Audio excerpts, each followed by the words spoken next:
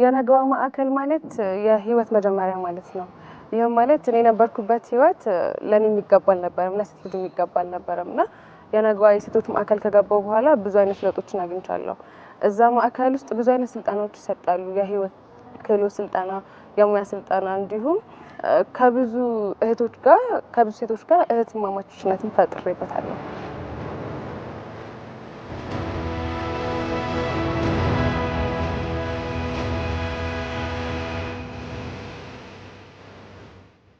በነገዋ ሴት ራሴን አግኝቼበታለሁ። ከዚህ በፊት የነበርኩበት ቆሻሻ የገንዳ ሰው ነበርኩኝ። ሴተኛ ዳሪ ነበርኩኝ። በቃ ራሴን የጠላው ሴት ነበርኩኝ። ዘመኔን ሁላ በሱስ ያደግኩ ነኝ፣ በሱስ የኖርኩ ነኝ። ከገንዳ ትርፍራፊ እየበላው ነው አድገው። እናትና ልጆቼ ነበሩ። ልጆቼን ሁላ አላውቅም ነበረ። ግን በሰው ሰምቼ ቢዝነስ መጥቼ በሰው ሰምቼ አንደኛውን ዙር ለማግኘት ስል እንደዚህ ተለወጠቻለች። ከዚህ በአንደኛው ዙር ላይ እድሉን ስሞክር አላገኘውም። በሁለተኛው ዙር ግን አገኘው። ራሴን አገኘውበት፣ ማንነቴን የነገዋ ሴት ላይ አገኘውበት። ሱስ ለኔ አስፈላጊ እንዳልሆነ ተማርኩኝ። ከሰው መግባባት ተማርኩኝ። ከዛ ውስጥ ያን ማዕከል ውስጥ አግኝቻለሁ። ከዛም አልፎ ደግሞ ሰርቼ መኖር ሱስ እገዛዋለሁ እንጂ አይገዛኝም። ከሱስ ሁላ ቀን ባልቅም ማታ አቅም ነበር። ባልቅም ከሜዳ ለቅሜ ቅም ነበረ። ለአንድ 15 ቀን ያህል ነው የተቸገርኩት። ከዛ በኋላ በደረሰበትም ይኸው አልደርስም። ከዛም አልፎ አሁን የነገዋ ሴት ራሴን ችዬ ሰራተኛ አድርጋኛለች።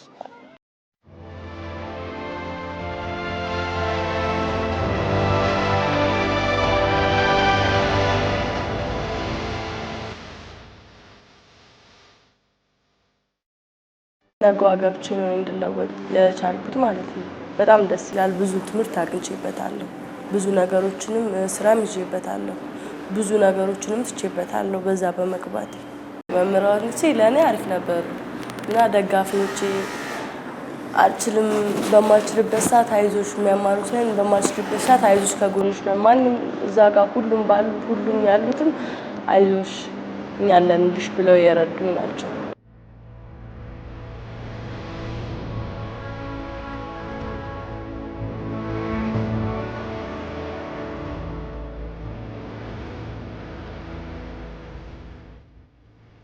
ጸጉርና የማሰም የተማርኩን እዛ ነው።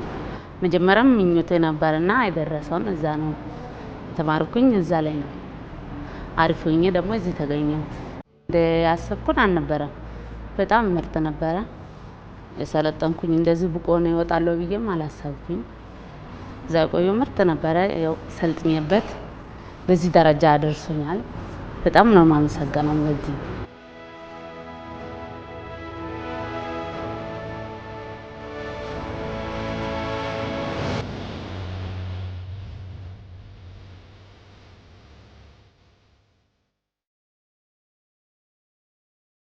የነገዋ ሴቶች ከመግባቴ በፊት የምኖረው ከእናቴ ጋር ነበረ እና እናቴ ደግሞ ቤተሰብ ብዙ ነን ታስተዳድረን የነበረው ልብስ አጠባ እንዲሁም ለሷ የማይገባት ስራ በመስራት ነበር። ተማሪ ነበርኩኝ። ትምህርቴን አቁሜ እናቴን ለመግዛት ብዙ አይነት ስራዎችን ሞክሬያለሁ። ያንን ስሰራ ግን ለሴትነት የማይገቡ ብዙ አይነት ጥቃቶችን አሳልፌያለሁ። ያንን አልፌ የነገዋ ሴቶች ማዕከል እድሉ ሲመጣልኝ ገብቼ ግን ያሳለፍኳቸውን ህይወቶች አንድ በአንድ ለመርሳት ሞክሬያለሁ። ያንንም ረስቼ አዲስ ትህትናን ፈጥሬያለሁ። ስለዚህ የትላንቱን ሳይሆን ወደ ነገን የማይ ሰው ሆኛለሁ።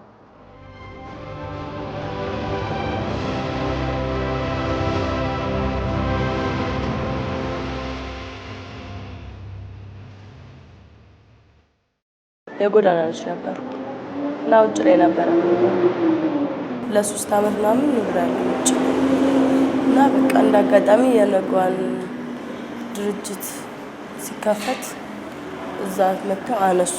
እኔና ጓደኞቼን አነሱን። ከዛ በቃ እዛ ውስጥ ገባሁ። ያው እንደምታይኝ ዛሬ እዚህ ውስጥ ላይ ነው ስልሽ ይከብዳል። ፈልገሽው አይደለም። ማንም ሰው ይሆናል የሆነ ነገር እንትን ሲል ፈልጎት አይደለም። ወይ በቤተሰብ ወይም ላይችል ይችላል ወይም ደግሞ የቤተሰብ ጫና ብቻ ይከብዳል ሁሉም ነገር ማለት ነው። አሁን እኛ ውጭ ላይ በምንሆንበት ሰዓት ደልቶን ወይም ደግሞ ሳንፈልግ ወይም ደግሞ በቃላ እንደፈለግን መሆን ፈልገን ነው የሚመስላቸው። ለሌላዎች ግን አይደለም። አንደኛ ቤተሰብ ግፊት አለ፣ ገብቶሻል፣ ስራ ካልሰራሽ ምናምን። ሁለተኛ ደግሞ በቃ የሆነ ጫና የሚሆንብሽ ነገር አለ። ፋሚሊ ሁሉም ፋሚሊ ጥሩ ነው ማለት አይደለም። ሁሉም ፋሚሊ ደግሞ መጥፎ ነው ማለት አይደለም። ይከብዳል ማለት አንድ ነገር ወደ አንድ ነገር ስትሄጂ የሆነ ነገር ችግር ስለደረሰብሽ እኔ አሁን ማለት ብቻ አላውቅም የሆነ እንትን ስላለብኝ ወጣት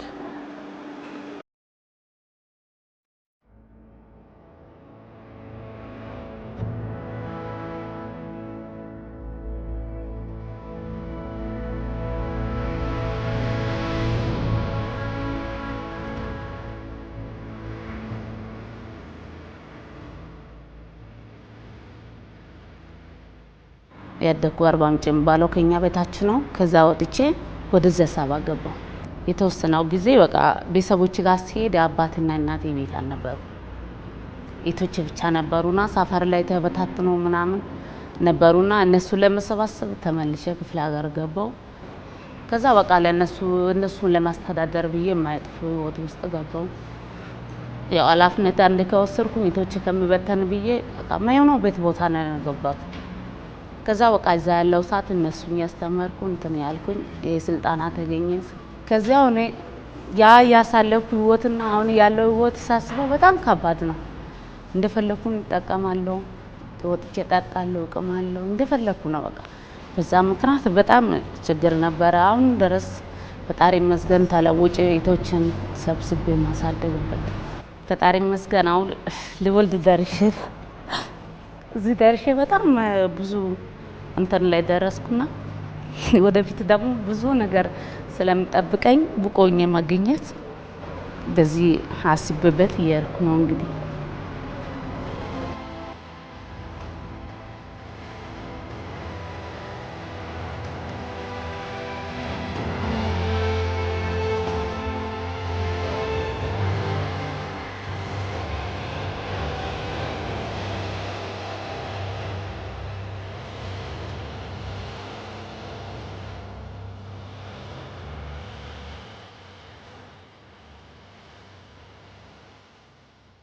የነገዋ ላይ ገብቼ ዳቦና ኬክ መርጬ ስማር ለነገ ህይወቴ ተሻለ ይሆናል ብዬ አስቤ ነበር።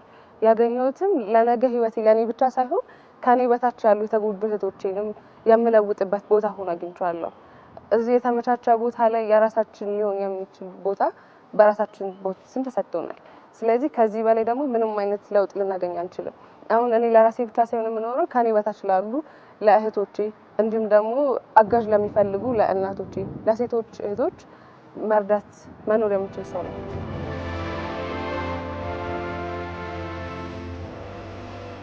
ክብርት አዳነች አቤቤ ነው ቦታ ሰጠችን እንድንሰራበት ያበረከተችልን። መጀመሪያ በፈጣሪ ላይ ማመሰግነው፣ መንግስትን ደግሞ አመሰግናለሁ ከልቤ። ከሁሉ ክብርት አዳነች አቤቤን እናመሰግናለን። ሁላችን በእኔ ስም ሁሉ ያመሰግናታል። ያው የተለየ ነገር ነው ማለት ከላይ ያለ እንደመና እና የሆነ ትናንትና እዛ ጋር ሆነሽ ዛሬ እዚህ ጋር ሆነሽ ለዚህ ስትበቂ በጣም ደስ የሚልሽ። ለካ እንደዚህ ሰርቼ መኖር እንደምችል ራሴን አውቄዋለሁ። ሰርቼ እንደምለወጥ አውቄዋለሁ። በጣም ደስተኛ ነኝ። አፍርሰው ሰርተውን ሰራተኛ አድርገውኛል። ጎንበስ ብዬ የምሰራ አይመስለኝም ነበረ። አሁን እሰራለሁ። በጣም ደስተኛ ነኝ።